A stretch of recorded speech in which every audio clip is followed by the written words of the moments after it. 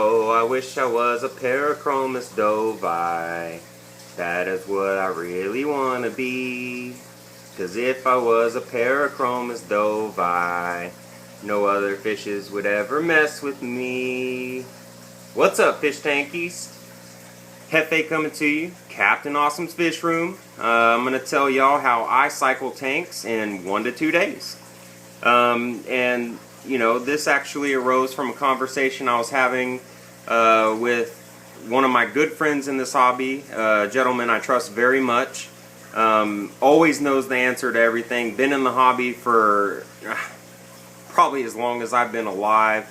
You know, I was talking with him. I had a few questions about a few things, and we were talking about them, and then we started talking about my 115 here. And I'm talking about Skip, guys, from Real Hard Cichlid Aquatic Kennels. You know, I call him the professor. You know, he's my professor in this hobby, so, or big brother. That's what I call him. But anyways, we got talking about the 115, and you know, he was talking about how clear the water was and how I had just set up the tank and stuff like that. And you know, I told him how I did it, and he was like, "Oh, that's, you know," and you know, of course, he knows how to cycle tanks in 1 to 2 days as well, guys. But you know, he brought up a valid point that, you know, that may not be so easy for some people. Well, I'm here to make it easy, guys. So I'm gonna jump right in it. You know, a given is you have to clean the tank. No matter what, always start by cleaning the tank first. So we won't spend time on that. But what I do is I put the dry substrate in, which would have been those big pebbles that you see there.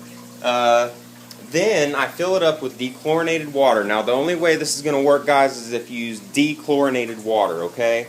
It has to be dechlorinated or it just simply won't work. And then I go to the second oldest standing aquarium that I have, which is this 120 with the jags in it. Check out the eggs. We're gonna have a really good hatch this time.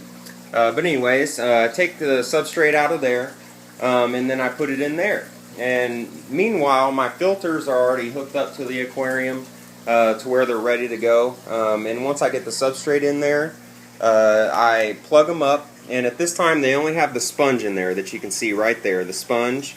And I let them flow a little bit, and then I go over to my trickle tower right there, where I have 10 to 12 gallons of biomedia at all times. And when I take from it, I replenish it. That's really important, guys. Always remember to replenish the biomedia that you take out of a filter to start a new tank. That way you'll always have it for one, and that way you won't really upset your, you know, your bacterial colony too much. They'll still have more room to grow anyway. But and then I come over here and I put it in the filter. As you see, I put it in the filter, bio balls and scrubby pads, ceramic rings if I grab those. And then it flows through the filter, circulates very well. You can see all those bubbles coming in, and then it actually flows through the substrate. Some of y'all may not know that, but the water does flow through your substrate unless it's a really, really dense substrate. In that case, it can actually form a sulfur oxide, but the majority of the time, that's why saltwater people do deep sand beds, is because it's actually a denitrating tool. It creates an anaerobic environment where the bacteria that eats nitrates can thrive, and it'll actually drop nitrates in your tank. I haven't tested that on fresh water, but that's for another video anyways, guys. But anyways, it'll flow through your substrate. Now, where your ammonia comes in is the bacteria that dies off, okay? The bacteria that died off when you you know, added all this stuff and you shocked a few colonies, they died off, and that creates the ammonia for the rest of the colony to eat and produce a bigger colony, and that'll all happen within 24 to 48 hours. This bacteria multiplies very fast, as y'all probably already know.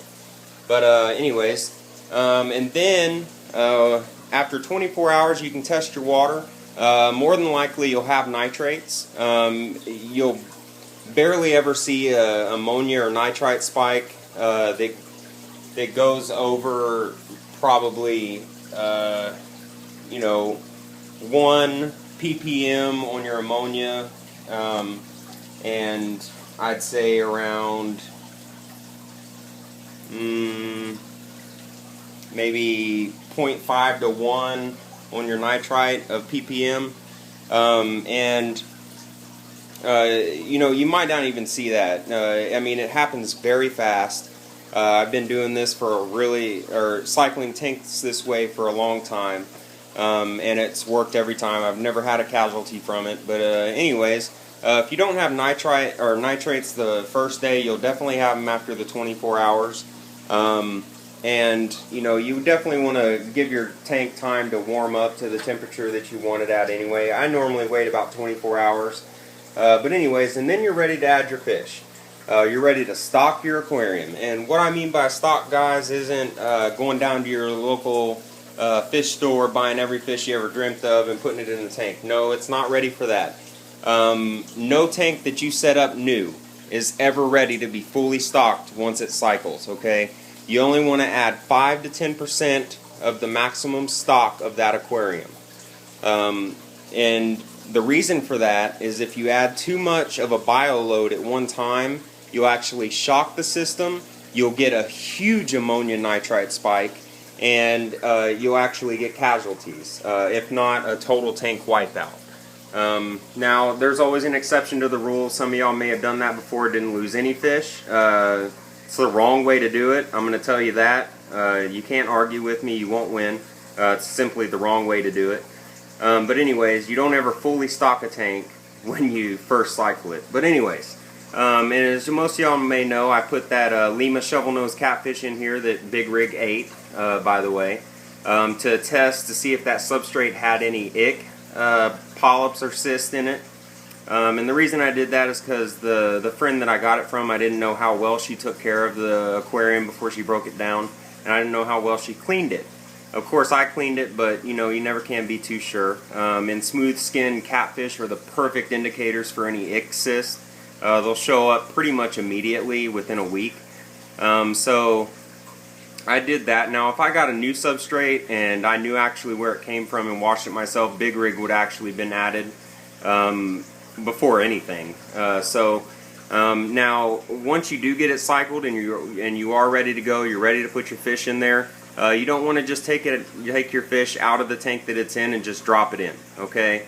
You know, most of our cichlids are hardy enough to handle that, but you know, in my opinion, that's the wrong way to do it too, okay? So you want to take it out, and what I do is I drip acclimate for about 10 minutes. That's all it takes. It only takes 5 to 10 minutes to regulate water temperature from the tank to the water that they're in, okay? That's all it takes. You can test it. It's tried and true.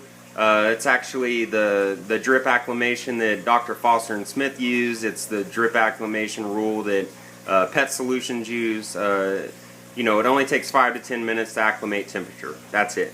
That's all it takes, okay? But you know, to acclimate to water parameters, it takes about 15 to 20, depending on how sensitive the species is. There are some that I would actually drip acclimate for 30 to 45 minutes, but that's a whole different video. Anyways, now I dripped him for about 10 minutes or so, and then I netted him and I put him in, and he's been in there ever since. On all the tanks that I set up, I never get a cloudy tank this way. I never have. And I don't think I ever will. Now, you know, there's always an exception to the rule, but y'all see how crystal clear this water is. You can see the bubbles. That's the only thing you see in there. There's no cloudiness, and there never has been cloudiness. Y'all saw this tank from day one and never saw a cloud in it. So, you know, I just thought I'd share that with y'all, let y'all know how I did it, and maybe y'all learned something, maybe you didn't, but at least you got to see Big Rig in all his glory. And, you know, I want to thank Skip for giving me the idea of this video. He may not have known that he gave me this idea, but you know, y'all check out his channel. It's Fish Law 1, Real Hard Cichlids Aquatic Kennels. That's where my man Big Rig here came from the from the Chaos bloodline. His daddy was Rampage Jr. himself. So y'all definitely check him out. All of his fish are just badass. He has the best dove eyes I've ever seen, in my opinion. You know, some other people might disagree, whatever. You know, you won't win that either. But anyways, you know, and you know, go check out my man Cichlid Man 09's channel. Homeboy just got some beanies. I call them beanies. Some people call them bean eyes, or you know, whatever. It's tomato. I like calling them beanies because I think it sounds cool. But anyways, he got some cyclosoma bean eyes, or beanies as I like to call them. So check that out, guys. As always, rate, comment, subscribe. This is what I'm doing. This is what I've done. Y'all have an awesome evening, and I'll see y'all next time. Thanks for watching. Peace.